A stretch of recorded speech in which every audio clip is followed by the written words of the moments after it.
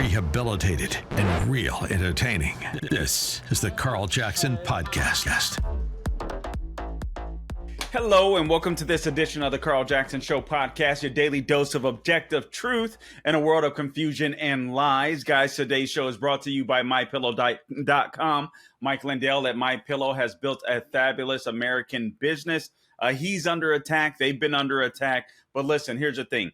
They've got an offer that's exclusive to my listeners. By the way, he's providing American jobs, American manufacturing. So please go check him out. 800-858-0263 is the number to give them a call and mention my name, or mypillow.com to receive this exclusive offer. Carl, what's the offer? It's buy one, get one free of the new MyPillow 2.0. Comes with the same patented adjustable feel as the original MyPillow, but now it's softer, smoother, and cooler because it has a temperature regulating thread. So, plus, they come with a 10-year warranty and a 60-day money-back guarantee. So you don't have to stress about that if you don't like the product, but I guarantee you're going to like the product because it is softer, smoother, and cooler. I absolutely love it. I swear by the MyPillows, even though I don't swear, but I swear by the MyPillow. You will absolutely love them. I sleep well with them. I have several, to be honest with you. All right, so now, again, MyPillow.com, promo code Carl, 800-858-0263. Subscribe to the podcast wherever you go to get your podcast. All things social media, Instagram, Twitter, Facebook, The Carl Jackson Show. Guys, it's happening.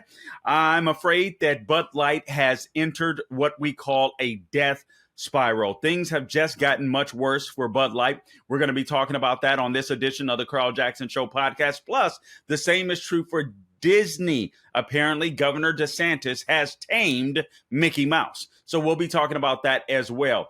All right, stay tuned for some quick program messaging, and we'll be right back. All right, guys, so trip off of this. Just when you thought, or at least Bud Light thought, that things couldn't get any worse, they have. And this may be a death spiral that Bud Light cannot soon recover from.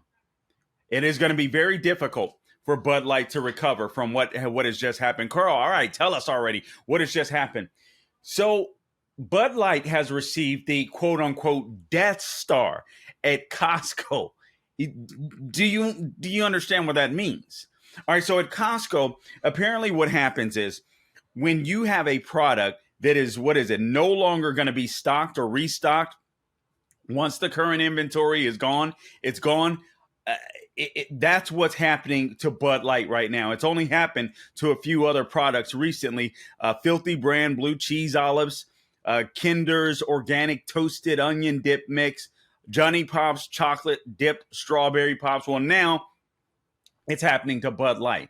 So Bud Light has now received what they call the Death Star at Costco, which is an asterisk next to the product that's there. So they're no longer going to restock it. This is absolutely amazing to me. So these things, if you didn't think the sales were going to get worse with Bud Light, I thought they capped at about, I think they had lost 28% market cap. I think it's going to go deeper, and I'll tell you why. So news started circulating about this. Apparently, Kara Davis, she's with Red State, tweeted something out where this other gentleman, this is from PJ Media, by the way, saw her tweet. And then he came to find out that what Costco buyers had been doing is sharing online where Costco used to set.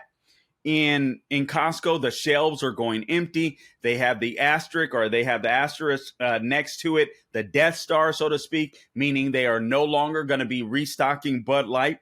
So Bud Light can't give their beer away at this point. Remember, they were offering rebates for people to take their beer because they didn't want it to spoil. But now they can't even get shelf life in some places, or shelf space in some places, and it's huge.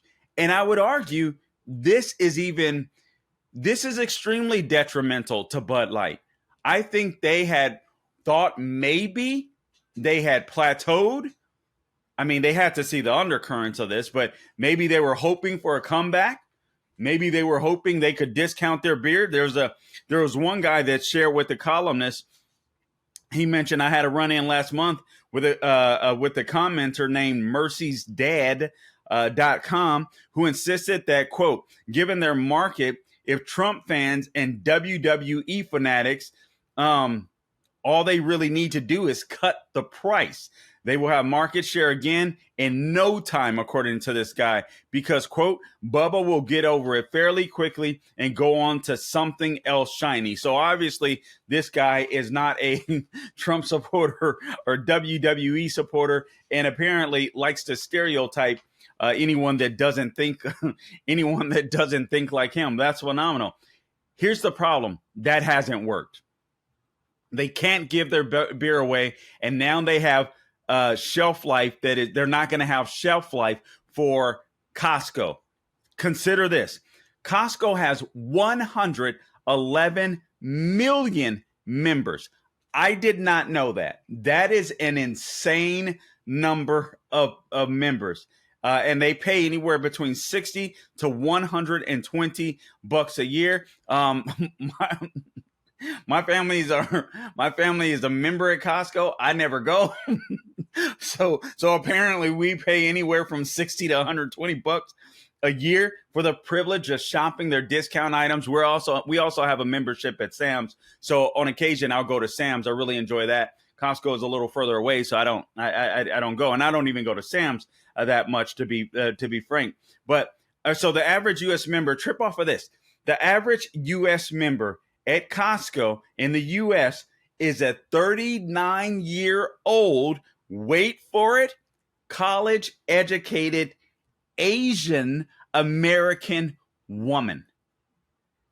That is insane. So the average U.S. member of Costco in the United States happens to be college-educated Asian women who earn more than $125,000 per year. That makes up the bulk of their membership within the United States of America. That's astonishing to me. I didn't know that. So these aren't your frat boys. These aren't your rednecks. These aren't your hicks. These aren't the knuckle dragging morons that Bud Light insulted when they asked Dylan Mulvaney to do their little ad, or he posted that little Instagram ad with a picture of his face on it. And by the way, I don't blame Dylan Mulvaney. I know he's escaped somewhere. I believe it's Peru or something. I'm so over Dylan Mulvaney. That doesn't bother me. It's not his fault. It's not Dylan Mulvaney's fault. Yes, our ire was unleashed upon Bud Light because of what they tried to do to Dylan Mulvaney. They went woke, and the executives, it's the executives' fault at Bud Light, because essentially what they said is, you know what, our customers, you guys aren't sophisticated for us enough. You're not, sophisticated enough. So we're bringing in Dylan Mulvaney. That's essentially what they did. We're going this route. We're going the woke route. And it didn't pay off. They totally abandoned their base, and now they're paying for it. And the problem is, once you lose your customer base, how do you get it back? Once your customers hate you, once you lose their trust, once you tell your customer, we don't like you, how do you get them back?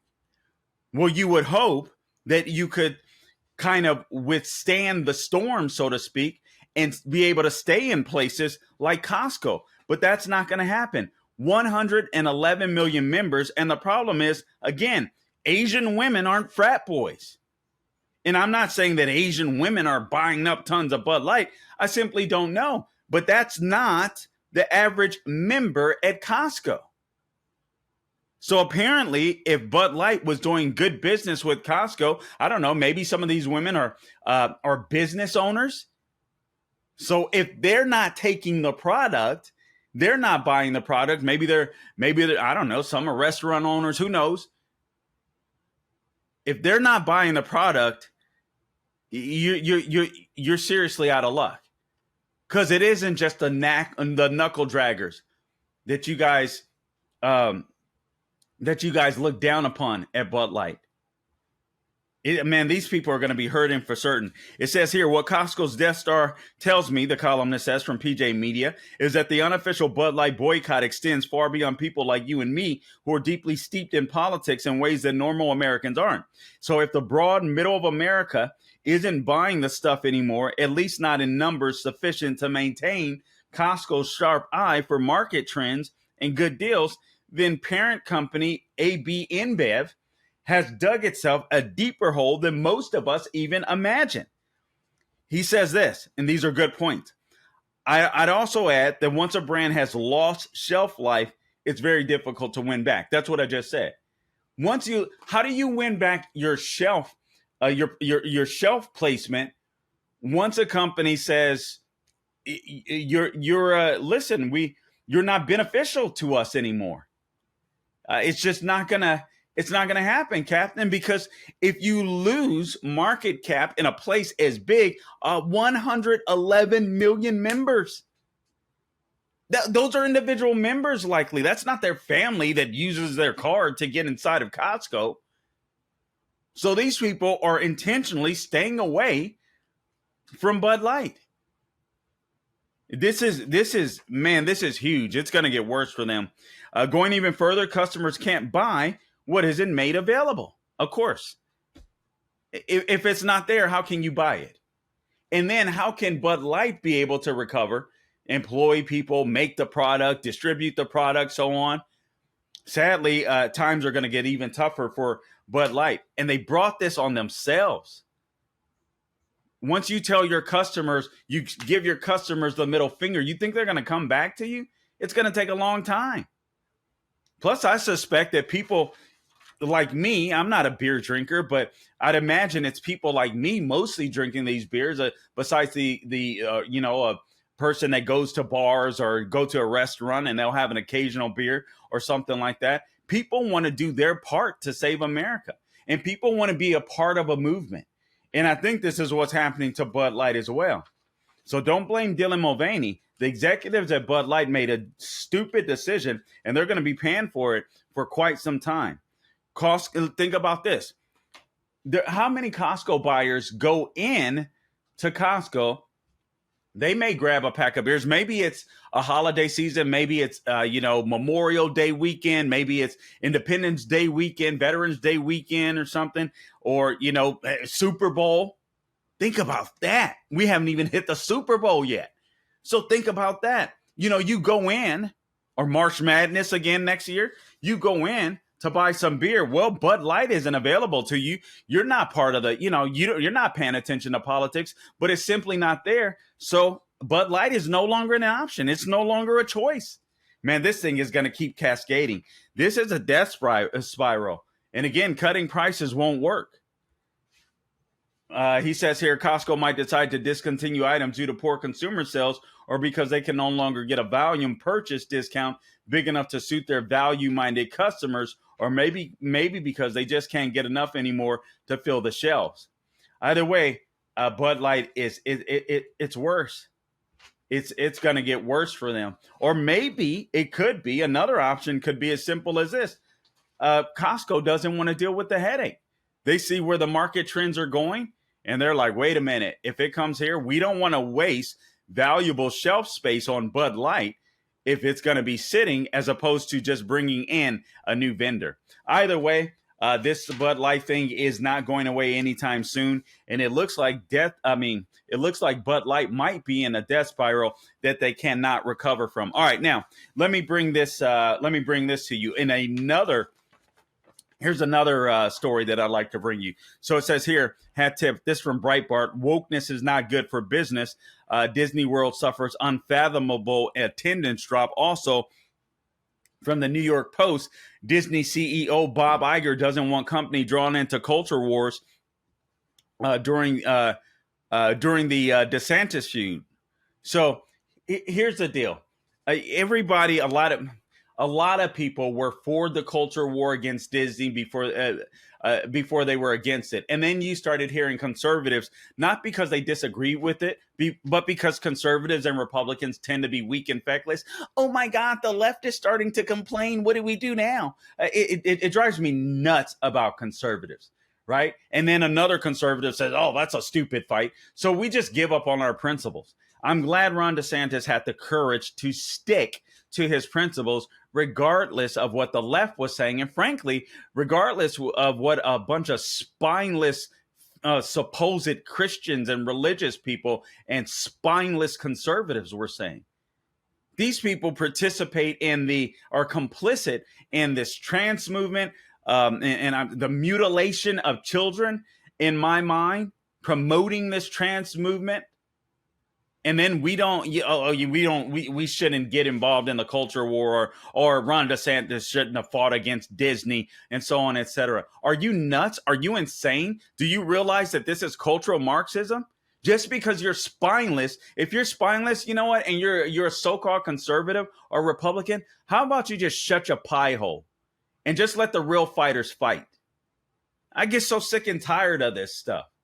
Oh, I'm conservative, but this was a bad fight. I'm scared of how this might look, on election day. How about how it might look to a family who loses their little boy because he has a chopper and the little boy tries to pretend like he's a girl, and then he goes nuts. He can never have a real relationship, or vice versa.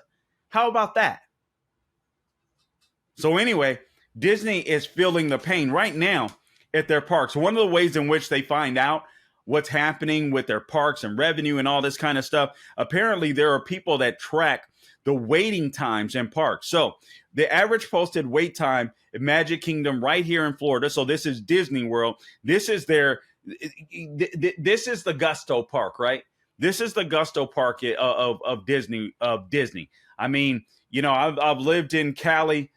I've gone to Disneyland. Disneyland, as great as it is nothing compared to Disney World. Literally, you're talking about a land and you're talking about a world. It is freaking massive out here in Orlando, Florida.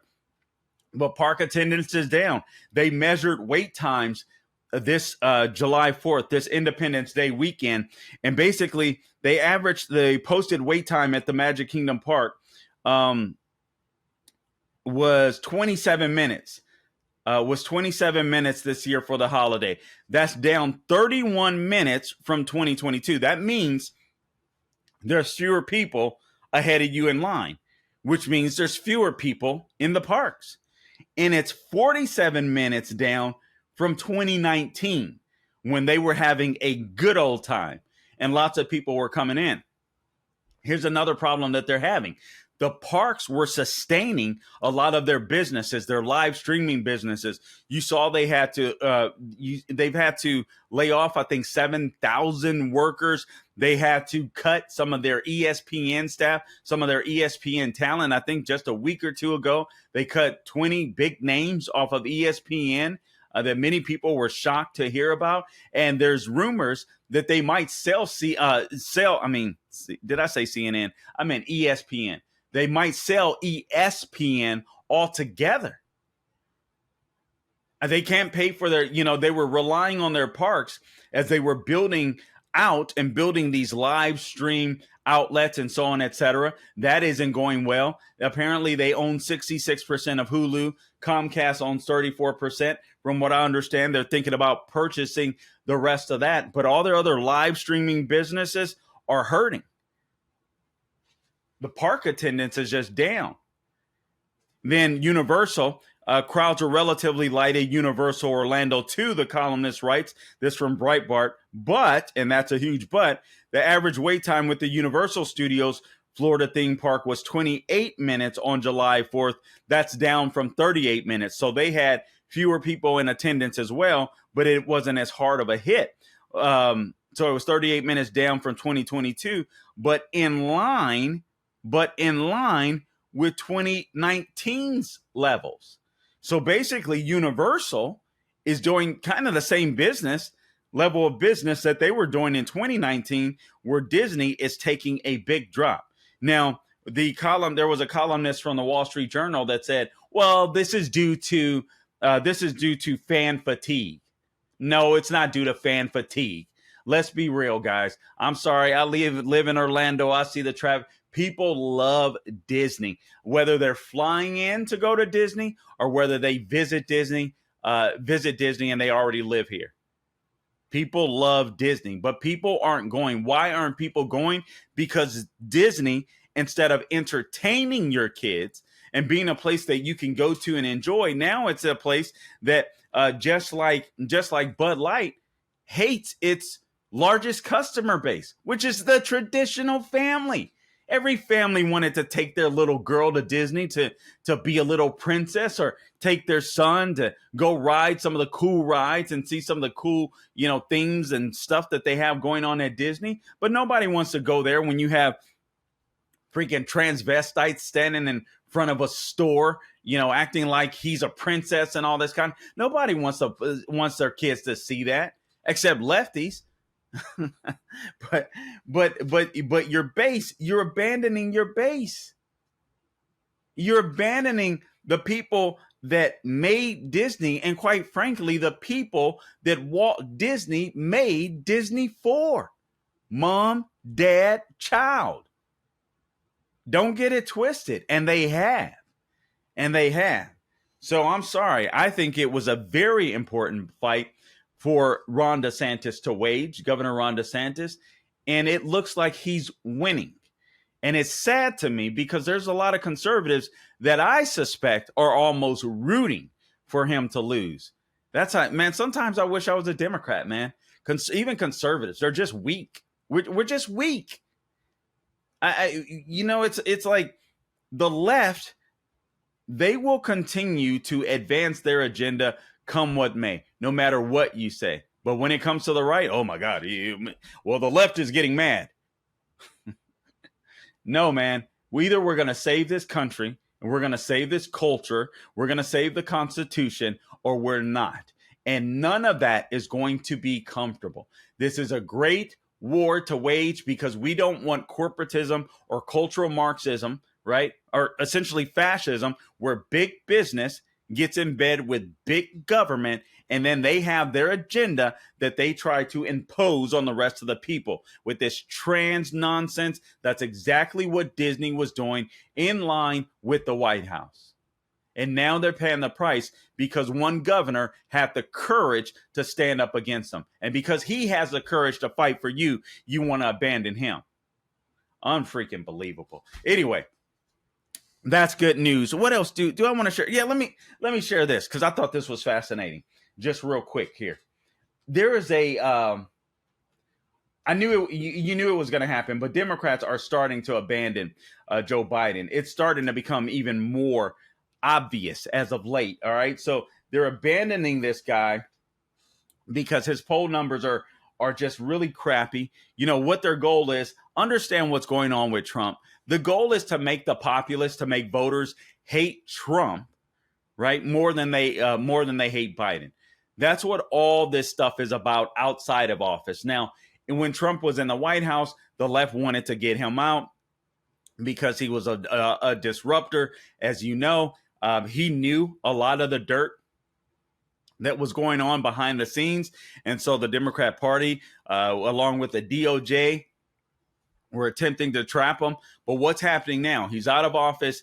He's the number one contender for the GOP at this point. So what does the left want to do? They want to drive down his poll numbers. They want 2024 to be an election of attrition, meaning so many people will hate Trump and be turned off for Trump that they just won't show up in larger numbers. And so Biden, in theory, could win or squeak out another election because people will hate Trump more than they hate Biden.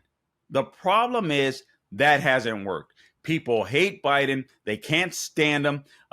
Trump has a lot of unfavorables too. There's no denying it. But with all they've thrown at him, his unfavorables and Biden's are virtually neck and neck. So now I saw this earlier today. Let I find it here. Let me see if I can find it here. Where did I find it? I saw it on the Daily Wire earlier. Let's see here. All right, here it is. Top Democrats reach out to potential Biden replacements, claim he's not running. So now listen to that. So top Democrat strategists are reaching out to other Democrats and saying he's not running. It's like they're saying, no, we're putting our foot down. Now, the Biden administration claims they're going to continue to run. But think about this. We saw Gavin Newsom. I've been telling you, I think it's going to be Gavin. It can't be Kamala Harris. This chick has put out I've been on Officer Tatum's show, and she's put out more word salads this week. So it cannot be Kamala Harris. She's an absolute and utter disaster. So maybe they'll allow her to keep the vice presidency role, or maybe they'll pay her off and, she'll ride off into the sunset somewhere. But that lady cannot win an election. I'm sorry. I think even Democrats will be like, Chica, you're just not that bright. And I'm not saying that to be mean or nasty, but you guys have seen the word salads, and she hasn't gotten better. It's almost as if she's gotten worse. I don't know if she's in her own mind. A lot of her staff has quit because they say she's mean, she's nasty, just like Joe Biden. But she's mean, she's nasty and horrible to work with. So a lot of staffers have quit. So this idea that they won't get rid of her because she's a black woman, I don't buy that for a second, because they've got to protect the party and they've got to protect leftism. And if that means throwing Kamala Harris under the bus in order to protect the Democrat Party and in order to protect their ideas, you can bet your bottom dollar they will throw that chick under the bus so fast she won't even know what hit her. And the truth is, I think more Americans don't mind. But now Democrats are waking up to Biden. So the story goes like this. Hat tip Daily Wire. Top Democrats are reportedly reaching out to rising stars in the party and are telling them that Joe Biden is not running for re-election. CNN reported that the, quote, top Democrats and donors, close quote, have reached out to, quote unquote, possible replacements for Biden. And they say possible replacements for Biden, and had conversations about them getting in the race as Biden struggles in the White House. Also consider Cocaine Gate, the Secret Service pretending like they don't know who brought the cocaine in. I don't buy that for a second. I see the headlines. I know people got to sit here and pretend. I can't do it. I'm not going to do it. Everybody knows who brought the cocaine into the White House. Everybody knows that the Secret Service, sadly, are destroying their brand for the sake of the Bidens. It's sad, but those people have corrupted absolutely every institution that they've touched. So you've got a lot of polls showing that Biden struggles against the top two Republican contenders, and that is Donald Trump and Governor Ron DeSantis. And those are the two guys that he struggles with. Obviously, Trump is the front runner. DeSantis is in second place right now. I know he's in Iowa today during the forum. Trump is not during the forum because he's like, hey, I'm so far ahead. Why even bother? I'm not gonna have arrows thrown at me right now when I'm so far ahead in the polls. So says here, those who are placing the call to the prospective Democrat candidates are telling them that despite what Biden says, and despite launching his campaign, he actually will not run for president. So if it was just Democrat strategists, that's one thing. But now you're talking about donors as well. Yeah, man, that doesn't bode well for Biden. That does not bode well for Biden. And again, you just consider Gavin Newsom, who's been taking shots at DeSantis. He's also appeared on Fox News with Sean Hannity. He's also been going to red states trying to urge Democrats to vote, to try to get out the vote, to make sure they come out in 2024. What do you think he's doing? Kamala Harris is also making more appearances, even though, at least that I've seen, but there's been a couple that she's made this week. I can't recall where, but on both occasions, she's offered up some horrible word salads. She just isn't getting better. So I almost feel as though Kamala Harris and Gavin Newsom are running against each other. But now donors and strategists are like, no, Biden isn't running. Those who CNN spoke with, who also included numerous senior Democrat advisors, said that they are concerned about the slow pace of Biden's campaign. What Democrats who are still behind Biden are banking on is that voters will be motivated more by their hatred of Trump than their love of Biden. According to well-known Democrat strategist Liz Smith, and I'm quoting, a lot of enthusiasm will come for voting against Republicans. See, that's what they're banking on.